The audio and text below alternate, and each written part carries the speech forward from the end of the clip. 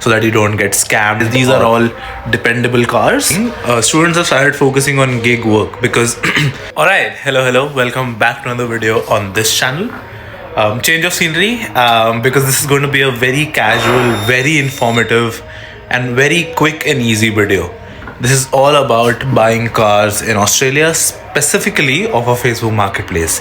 I'm currently at my mechanic's garage. This is my trusted mechanic here in Adelaide, because I'm looking at upgrading, and I was also looking for cars off of Facebook Marketplace. So I thought, why not make this video? Because a lot of students, the first thing that they want to get or they have to get is a car. Now, I'll cover a lot of things in this video. Why do you need a car? Why you may need a car? What are the different avenues you can get a car? What all are the things that you should look at?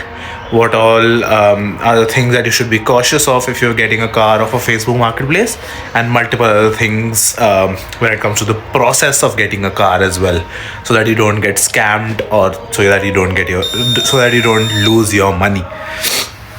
As I said, I'm looking at upgrading as well, so I was getting my car inspected. But let's start off with why you may need a car. See, I've talked to a lot of international students, a lot of prospective international students, and for them, one of the main priorities is to get a car as soon as they land in Australia. Because the current climate, the current job market is pretty tough, right?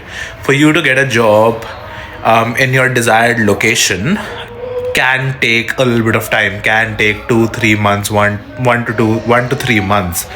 So what people tend to do is that they get a cheap car off a Facebook Marketplace. Yes, so I was saying that in Australia, the notion of getting used cars is very, very big.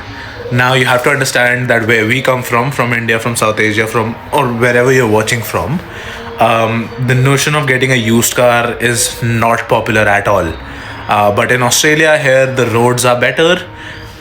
Cars generally, like good cars like Toyota or your Suzukis or your Mazdas, they run at least till 3 lakh kilometers or 4 lakh kilometers. So 300,000, 400,000, something like that. So for you, the car life increases. So for people to buy a car that has been driven for 90,000 kilometers or 100,000 kilometers, that's a win. That's a very, very big win. So that is something that I didn't know of.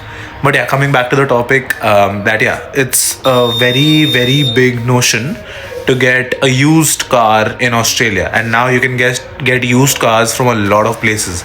You can get it from official dealers, Gumtree, Facebook Marketplace. Facebook Marketplace is a very, very popular one. And also there are a lot of students here, there are a lot of people on temporary work residency visa that have car fleets, and they put these cars on rent on sale. So it's basically as easy as, refreshing Facebook Marketplace, seeing if you've gotten a good deal or not, going there, buying that car, and then fixing it up and upselling it. So that's a business that a lot of people do here. I think I've mentioned this in one of my videos, but anyway.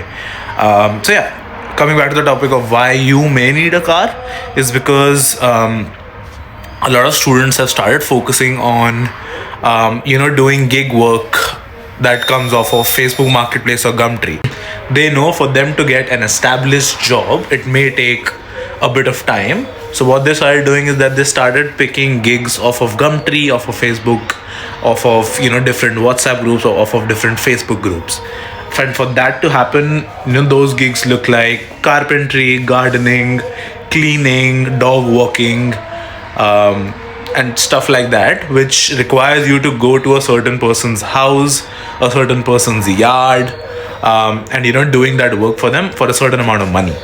And for that to happen, you have to travel from where you are, maybe in a suburb, to their suburb, which can take a long time because suburb to suburb connectivity, especially in Adelaide, is not that good. In Melbourne and Sydney is better, but again, you need to depend on public transport. You need to go one way via public transport, do the work, get the money, and then come back via public transport. So that's why people prioritize getting a car as soon as they land, so that they open themselves up to these sort of opportunities while studying. It also opens you up to applying in the whole of whatever city you're in, because then commute isn't a factor that you have to account for when you're applying for jobs or when you're going for that job. So that's why people get a lot of people prioritize getting a car. Also, obviously, it's a very popular notion that you can do Uber Eats until you get your job. So that's why people prioritize to get a car as well. Okay, so when coming to how to get a good car, how to get a good product, these are the steps that you can take care of. One is obviously, when you're looking at Facebook Marketplace, have what you want in mind. Have a range of what your budget looks like, have a range of what models you want. In Australia, Toyota is very dependable. It runs up to 400,000 kilometers. Mazda is very dependable. Suzuki is very dependable. Don't go for those sort of luxury cars in the start, like your BMWs, Audis, Mercedes. The thing is, when we're coming from India, for a lot of us, it's not like we can't afford that in India.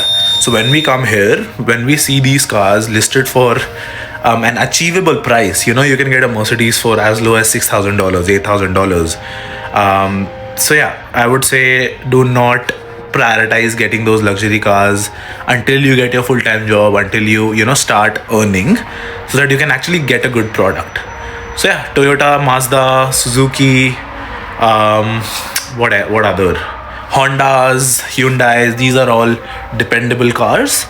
So yeah, have all of that in mind. Have what year car that you want. My friend here is driving a 2010 model, whereas we're in 2025, but the cars run for so long that it's not a problem. So have all of that in mind. Talk to your friends, talk to people here, and see what you should get according to your needs. If you're doing Uber Eats, Uber X, I'll particularly talk about Uber Eats. Mileage is going to be a big thing for you. Economy is going to be a big thing for you. So look at how much your car can run. All right, hello. Continuing the video from my room. So basically, I had to go and talk to the mechanic. But basically, what I was saying was, have what you want in mind. So whether it's for Uber Eats or Uber X, for Uber X, what happens is that since it's 2025 right now, the car has to be less than 7 to 8 years old. So you're looking at getting a car with that is probably 7 to 8 years old. So basically, it's been manufactured in either 2017, 2018 or ahead. So that can be a little pricey, or you can rent a car, obviously. On Facebook Marketplace, you can also rent a car. You can also buy a car as well. But yeah, have that in mind. Have that particular purpose and particular goal in mind, and then go for it. Now, first step is that obviously have something in mind. Have a rough structure of what you want, which brand do you want, how much k's it should be driven, what year the car should be. If you don't have anything in mind, talk to your friends, talk to people who've been here for a longer time than you have. Second, go on Facebook Marketplace and search for that particular make, for that particular brand, for that particular model, for that particular year. And then go through different listings, listings, look at people's profiles, look at their history on Facebook Marketplace.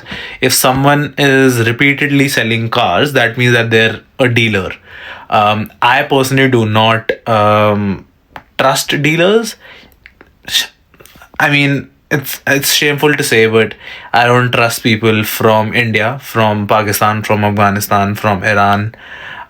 Just because I know what sort of mentality they might have when it comes to revenue, when it comes to making money, when it comes to making profit. Because these are people who buy a car for cheap off of Facebook Market itself, fix it up and sell it off, and fix it up just from the outside, not from the inside. So you're not getting a car that is mechanically good. So hence, I do not like to go ahead with people who are from those backgrounds.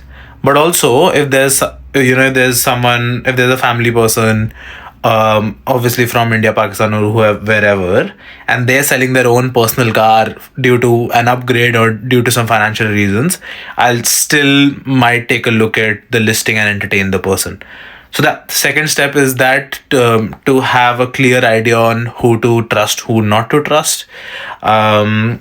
Then what you do is you basically send them a message that, hey, is this car still available? They get back to you, and then you ask certain questions in the start that, how long is the registration due for? When was it last serviced? Does it have good tires? Whatever questions you may have from a technical perspective, and also whether the price is negotiable or not, where they are actually located. Once all of that is done, once you do that pre-check of why the person is selling, what the car is like, and if all your boxes are getting ticked, obviously, then you go on to actually going and inspecting the car. So the person will share their available times and dates. They'll also share their location, and then you basically set up a time with them for inspection. Nothing is official. Everything is off the books. Everything off the books, not illegal, but everything is off the books. I mean, by everything is off the books, I mean is that, yeah, it solely depends on the availability of the two people. There's not a structured system at all. That is for sure. So once you fix up a time, I would recommend, like, for example, I don't know anything about cars or the engine or anything. So I choose to go with friends who know a lot about cars. So do the same. If you're confident in your ability, go and inspect the car alone. But it's always good to take a friend with you. There are no safety concerns at all. That is something that I can attest to. Obviously, just have a look at what area of what city you're going in. Like, for example, if you're in Adelaide and there's a listing from Elizabeth or somewhere of that area, I personally wouldn't go alone or even go with anybody else, because that area is known for such things, right? And that is far, far, far away from the city. So yeah, that is the next step, that actually book in an inspection. Go check out the car, drive the car, have a feel of the car, what is right, what is wrong. Open the hood, open the bonnet, open the boot, check the space, check everything, check every single thing. In terms of what you need to look at, check the suspension, check the brakes, check how the pickup is, check if there are any oil leaks as such under the hood. Also check the conditions of the tires, check the rego, check the service history, check the logbook. So these are all things that you need to check and that you should check. And my honest opinion is that if you're borderline happy with the car and want to get a particular car or are confused in between two, go and book a mechanic inspection. It only costs you about $80 to $100. But see, look at the opportunity cost. I was saying that if you're buying a car that is 5 grand, 7 grand, 8 grand, 10 grand, 12 grand, whatever, what is $100? Just get stress free, book in a mechanic inspection, so that you get either a go ahead or you get good advice from someone who knows what he's doing. From what they're doing, it can be a she as well. So from someone who knows what they're doing, who knows what they're looking at, and will advise to you accordingly. They don't have anything to gain from that sale. They don't have anything to lose from that sale. All they care is that you're giving them the money for their inspection services, and they'll inspect the car, tell you what is wrong with the car, what is right with the car, whether you should go for it, what is the right price, what all you might need to get changed in the near future or in the future. So yeah, that is what the process should look like, and that is why I was there as well. I'll show you some clips of us going on a test drive with the mechanic, them checking everything in the car and then telling me about, okay, this is right, this is wrong, this is why you should go ahead with it, this is why you should not go ahead with it, this is the right price, X, it will cost you X to get XYZ fixed in the next 2-3 months. So that is what the process should look like. That is what you should look at when you're looking at a particular car. Now, the main thing, how to not get scammed. All right. it is very easy for you to get scammed here on Facebook Marketplace. And this is not like a credit card scam or an AI scam or anything. It is proper traditional scam.